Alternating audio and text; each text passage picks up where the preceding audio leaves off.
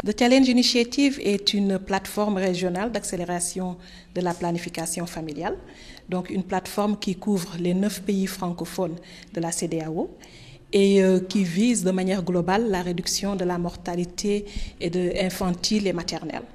Donc nous passons par la planification familiale et l'objectif c'est de pouvoir fournir des services de planification familiale accessibles et de qualité aux populations pauvres des villes. Ce qu'il faut retenir, c'est que The Challenge Initiative est une plateforme de santé urbaine.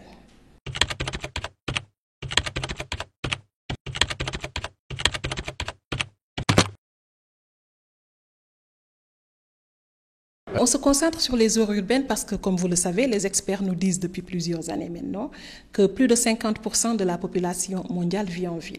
Et les projections nous disent même pire que d'ici les années 2050, on sera 70% donc de population dans les villes.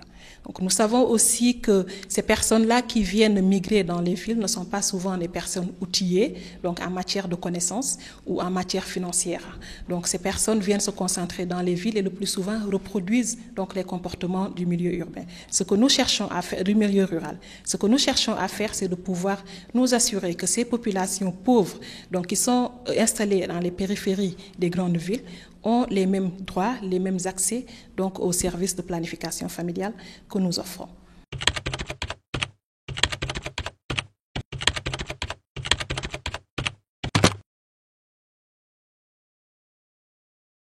The Challenge Initiative est né d'une initiative précédente qui a duré 6 ans, donc qui était aussi financée par la fondation Bill Gates et qui a prouvé donc des résultats satisfaisants, des résultats qui ont été scientifiquement prouvés donc d'interventions. Il y avait un paquet de 20 interventions qui ont été mises en œuvre et qui ont été réduites à 6. Et ce sont ce paquet de 6 interventions-là que nous allons répliquer dans les pays de l'Afrique de l'Ouest francophone. Ce paquet s'articule autour de l'offre de services, de la demande et puis du plaidoyer. Donc entre 2009 et 2016, au Sénégal, au Kenya, en Inde et au Nigeria, la Fondation Bill Gates a financé divers programmes afin qu'ils articulent leurs interventions autour de ces 6 domaines dont je vous ai parlé. Donc ce sont ces 6 domaines-là que nous allons répliquer en Afrique en les adaptant pour chaque pays.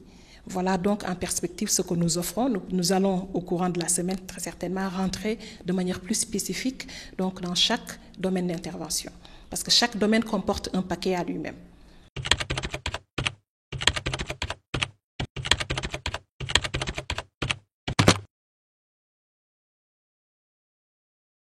L'engagement est primordial parce que cette plateforme, cette initiative vise les villes. Donc c'est un projet de santé urbaine.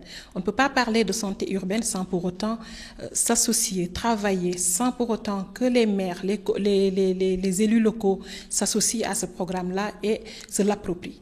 Donc il est important pour nous que les maires de ces villes-là s'engagent et c'est pour cela que nous travaillons depuis le niveau global, donc avec l'Association internationale des maires francophones et par de ça dans les pays avec les associations des présidents de maires. Donc pour que ces derniers puissent comprendre que l'initiative est à eux et l'initiative, ce qu'on n'a pas dit aussi, c'est que l'initiative a un modèle de financement qui est très innovant parce que ce que nous faisons, c'est d'apporter un concept à ces localités-là, à ces élus locaux et de leur dire maintenant vous achetez. Voilà, nous venons vous apporter un paquet d'interventions qui vont vous permettre de pouvoir prendre en charge donc la santé de vos populations, de pouvoir réduire le taux de mortalité et de morbidité maternelle chez vous. Et c'est à eux d'exprimer leur intérêt et de nous dire nous sommes intéressés. Voilà ce que nous avons d'innovant, voilà ce que nous venons apporter et il est primordial que ces élus locaux-là s'associent avec nous, s'approprient l'intervention et viennent vers nous pour dire voilà ce que nous sommes prêts à faire, voilà ce que nous avons sur la table pour vous permettre de nous appuyer à aller de l'avant dans le sens de l'accélération de la planification familiale.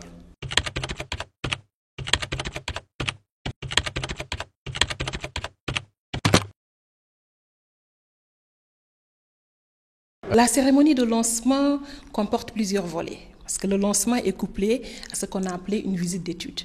Je vous ai parlé de l'initiative précédente, donc qu'on appelait USU, qui a eu des résultats donc promoteurs. donc des résultats satisfaisants même, je dirais, plus que prometteurs. Donc les maires donc, des autres pays francophones viendront regarder ce que le Sénégal a accompli, comment le Sénégal a pu, en mettant en œuvre ces interventions-là, relever le taux de contraception au Sénégal.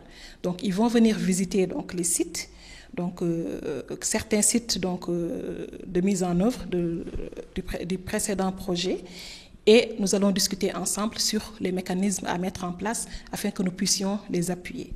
L'autre maintenant objectif du lancement en tant qu'événement, c'est justement de pouvoir annoncer le programme parce que c'est nouveau. TCI a été démarré en décembre 2016. Donc c'est l'occasion pour nous de passer l'annonce à tous les pays donc, francophones. Il ne s'agit pas seulement pour le lancement de l'Afrique de l'Ouest francophone parce que des pays comme la République centrafricaine vont être présents. Ils ont manifesté l'intérêt de pouvoir faire partie donc, des participants.